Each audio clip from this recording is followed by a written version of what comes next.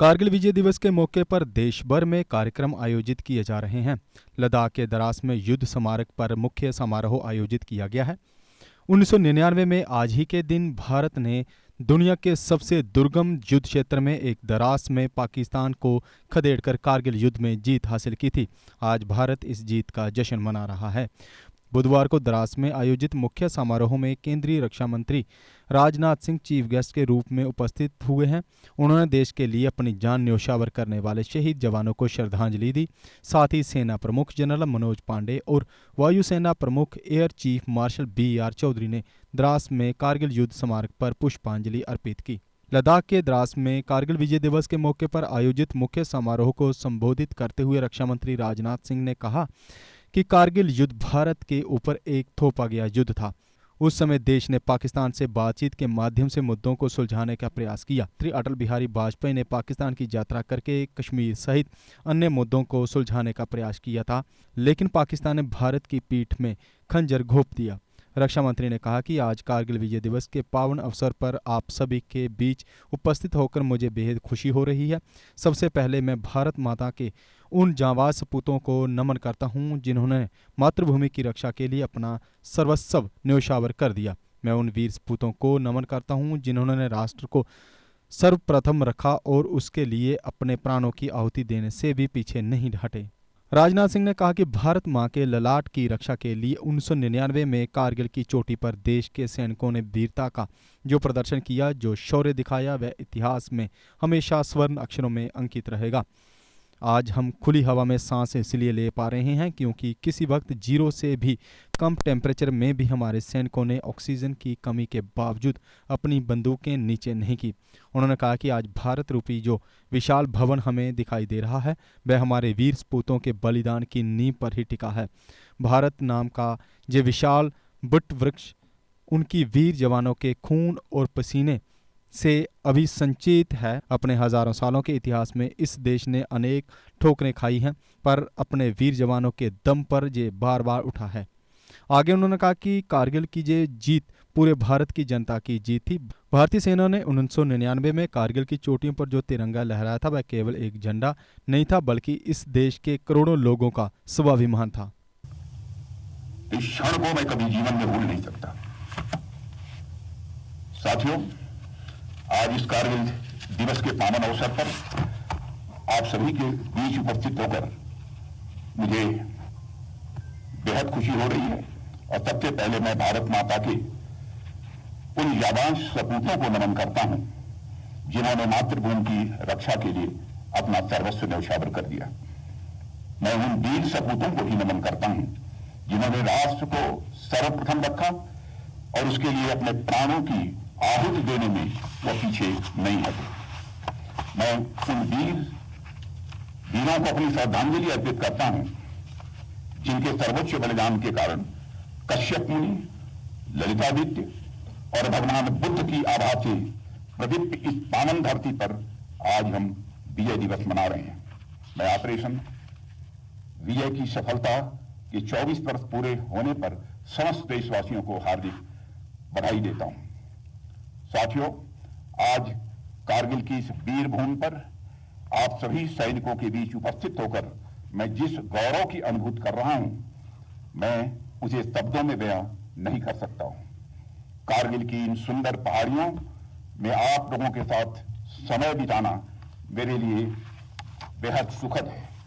साथियों, आज भारत रूपी जो विशाल भवन हमें दिखाई दे रहा है, वो हमारे वीर सपूतों के बलिदान की नींव पर ही यह टिका हुआ है। भारत नाम का यह विशाल वटवृक्ष उन्हीं वीरों के खून और पसीने से अभिसिंचित है। अपने हजारों सालों के इतिहास में इस देश ने अनेक ठोकरें खाई हैं, पर अपने वीर जवानों के दम पर यह देश बार बार उठा है। जैसा कि कहा गया है कि our greatest glory is not in never falling but in rising every time we fall. अर्थात हमारी महानता कभी न गिरने में नहीं है, बल्कि गिरने के बाद हर बार उठ जाने में है।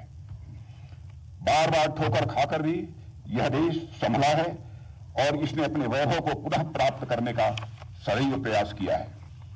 सन 1999 की घटना भी भारत के ठोकर खाने संभलने और संभल कर नई ऊंचाइयों की ओर छलांग लगाने की ही एक अहम घटना है। भारत मां के ललाट की रक्षा के लिए 1999 में कारगिल की चोटी पर देश के सैनिकों ने वीरता का जो प्रदर्शन किया, हमारे सैनिकों ने जो शौर्य का प्रदर्शन किया, वह इतिहास में सदैव स्वर्णाक्षरों में लिखा जाएगा। आज हम खुली हवा में सांस इसलिए ले पा रहे हैं क्योंकि किसी समय माइनस टेम्परेचर में भी हमारे सैनिकों ने ऑक्सीजन की कमी के बावजूद अपनी बंदूकें कभी नीचे नहीं की। आज कारगिल में भारत का ध्वज पूरे गौरव के साथ इसलिए लहरा रहा है क्योंकि 1999 में कारगिल के युद्ध में भारत के सैनिकों ने अपने शौर्य का परिचय देते हुए दुश्मनों की छाती में अपना तिरंगा लहरा दिया था। कारगिल की वह जीत पूरे भारत की जनता की जीत थी।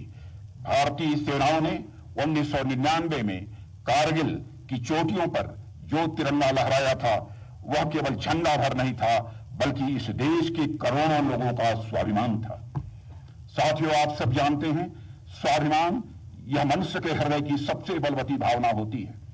मनुष्य जिंदगी में सब कुछ स्वीकार कर सकता है, लेकिन अपने स्वाभिमान से किसी भी सूरत में समझौता नहीं कर सकता है।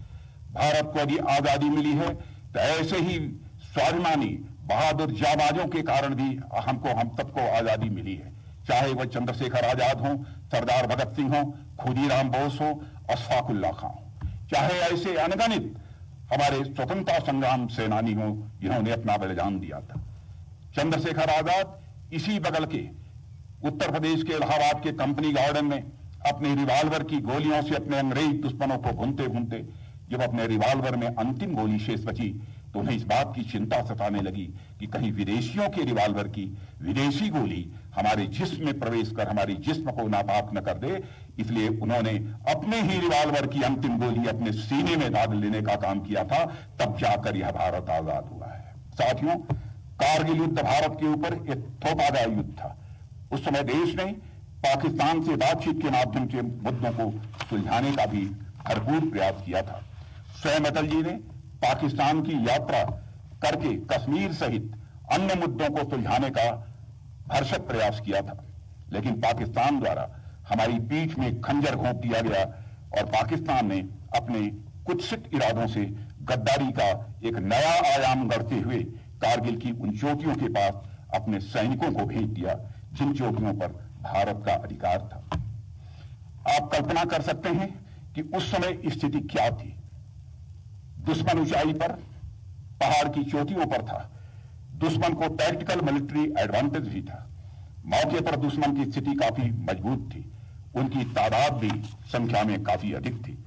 अगर उनके गोला बारूद और सैनिकों की संख्या को कागजों पर लिखा जाता तो यह कहा जा सकता था कि उनकी स्थिति बहुत ही मजबूत थी। लेकिन मैंने कहीं एक शेर पढ़ा था कि जंग में कागजी अफराद से क्या होता है, हिम्मतें लड़ती हैं, तादाद से क्या होता है। हमारी सेना के शौर्य ने और हमारे कमांडर्स के युद्ध कौशल ने उस विपरीत परिस्थितियों में भी ऑपरेशन विजय का नाम चरितार्थ किया। साथियों, हमारे नेतृत्व की, हमारे सेना की दृढ़ इच्छा शक्ति यह अद्भुत थी। साथियों, सारा खेल इच्छा शक्ति का होता है। जिसकी इच्छा शक्ति ज्यादा मजबूत होती है वही विजयी होता है, चाहे वह युद्ध मनुष्यों के बीच हो या वह पशुओं के बीच। 1999 में जब कारगिल की चोटी पर दुश्मन बैठे थे तो पूरी दुनिया में इस बात की चर्चा हो रही थी और यह चर्चा प्रारंभ भी हो गई थी कि पाकिस्तान ने कारगिल की चोटी पर अपना कब्जा जमा लिया है। क्या भारत अपनी उस जमीन को पुनः वापस हासिल कर पाएगा? यदि भारत अपनी उस जमीन को वापस हथियाने की कोशिश करेगा तो पाकिस्तान जैसे न्यूक्लियर पावर का रिएक्शन क्या होगा, यह सब सारी चर्चाएं उस समय होती थी।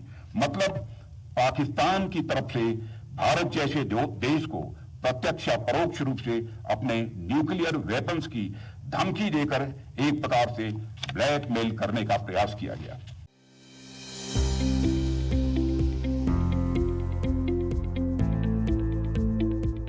एक्साइड नियो अब आया है नए रंगों व फीचर्स के साथ। मजबूत बॉडी, शानदार डिजाइन, आरामदायक राइड और असाधारण खूबियों से लैस नए जमाने की इस ई रिक्शा में मिलेगा रियर व्यू मिरर जो LCD डिस्प्ले में बदल जाए और ड्राइवर को बिना सर घुमाए गाड़ी को बैक करने में मदद करे। इस तकनीक में पहली बार पीछे कैमरा लगाकर ये अनूठी विशेषता प्रदान की गई है। चमकदार व ज्यादा तेज इंडिकेटर, लंबे समय तक चलने वाली बैटरी, बेहद शानदार LCD इंस्ट्रूमेंटेशन पैनल, मनमोहक आवाज वाले speaker, FM system, flexible roof के बदले बहुत ही सख्त उच्च ग्रेड की मेटेलिक रूफ, इनबिल्ट चार्जर, नए सुरक्षित रिम और अधिक पावर की मोटर के साथ बेहतरीन सस्पेंशन जो दे झटकों से आराम। तो देर किस बात की, आज ही आएं और अपना Exide Neo e rickshaw book करवाएं। हमारा पता है Sai Om power system, last matador stop, Anand Nagar, Bohri, Jammu. Jammu संभाग में डीलर बनने के लिए संपर्क करें 0191 2554 360।